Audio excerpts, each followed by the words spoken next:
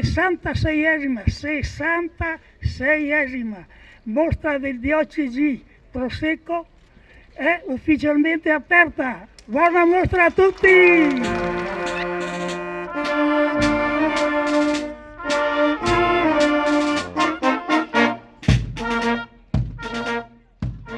Ci stiamo avvicinando sicuramente al tempo normale di mostra.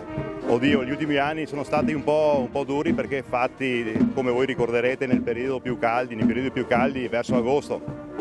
Ora non siamo nel periodo che è proprio la mostra, ma ci stiamo avvicinando. Le iniziative sono quasi come quelle di qualche anno fa, quindi tutto lascia sperare che sia una mostra, io non dico all'altezza, ma ci stiamo avvicinando. Ecco, c'è qualche novità quest'anno, qualcosa da far sapere al pubblico? Ma le novità sono parecchie, sono state riprese alcune serate a tema che erano state purtroppo per la pandemia, abbiamo dovuto abbandonarle. Quest'anno riproporremo l'elicottero come lo scorso anno, il 4x4, e dopo 2 anni ritorna il trenino buffetto a far girare, a portare i nostri clienti per le strade e per le colline di Col San Martino. Ok, l'emozione è tanta. Tantissima. A Col San Martino è sempre tanta. Dunque Presidente, lei viene qui dal 95, diceva che cos'è che la fa tornare ogni anno? Beh, l'eccezionalità di questa mostra, delle mostre del Prosecco. Col San Martino è riferimento, è la mostra più vecchia, ma soprattutto questi gruppi di giovani che danno appunto il loro tempo libero, lo dedicano alla promozione dei territori. E direi che questo è un grande valore. Si parla spesso di giovani, ecco, se qualcuno vuole dare un contributo ai ragazzi e anche un modo per riconoscere la loro attività che è gratuita nei confronti della comunità, non può che venire qui. Fa un passaggio qui, è già una grande gratificazione per loro. Ecco, prima parlava anche di qualità della vita in questi territori, è superiore rispetto a quello che magari la comunità pensa.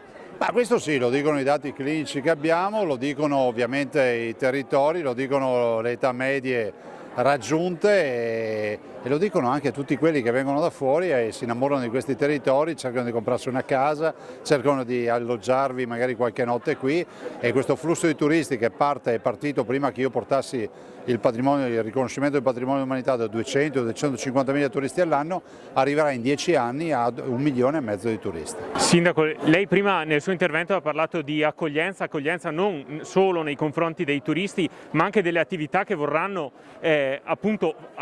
amplificare l'accoglienza di questo territorio.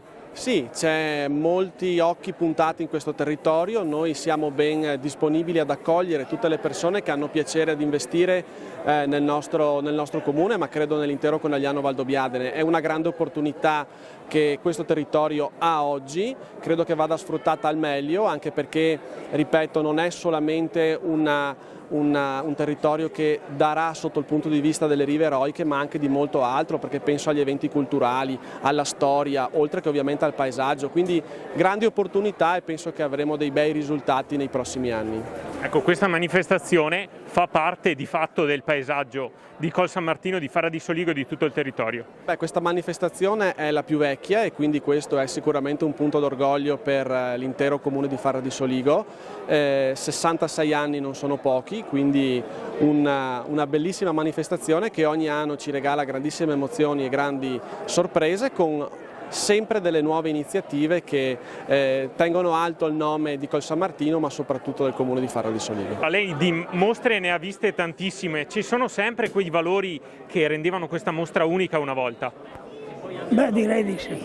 Non sono aumentate, ossia, sono due cose diverse. Una volta partecipare alla mostra era un orgoglio, io ho fatto 18 anni presidente qua.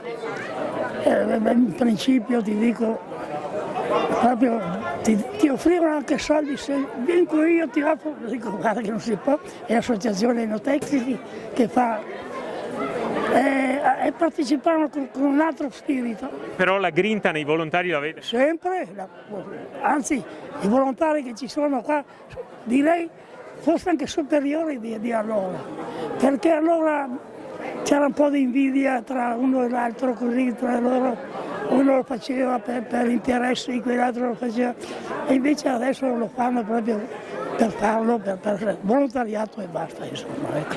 È molto bello quello, sai.